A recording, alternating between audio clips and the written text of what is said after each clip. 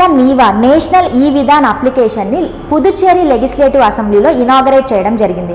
So NeVA గురించి చూద్దాం. It's and digital application for modernizing legislative operations. దీన్ని one nation one అప్లికేషన్లో భాగంగా ఇంప్లిమెంట్ చేయడం జరిగింది. ఇది 100% fully central application by ministry of parliamentary affairs. దీని యొక్క మెయిన్ ఆబ్జెక్టివ్ ఏంటంటే పేపర్లెస్ అండ్ ఎఫిషియంట్ లెజిస్లేటివ్ ఆపరేషన్స్ని డిజిటలైజ్ చేయడం.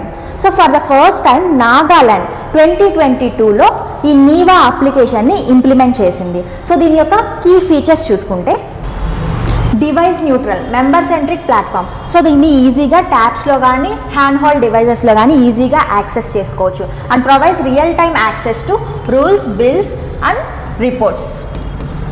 సో వీటిని ఈజీగా రియల్ టైమ్ యాక్సెస్ అనేది చేసుకోవచ్చు.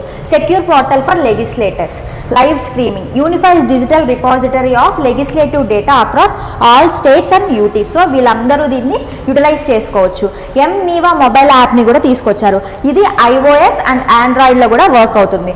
సో ఈ లెజిస్లేటివ్ డేటాని 24/7 ఈ యాప్ ద్వారా మనం యాక్సెస్ చేసుకోవచ్చు.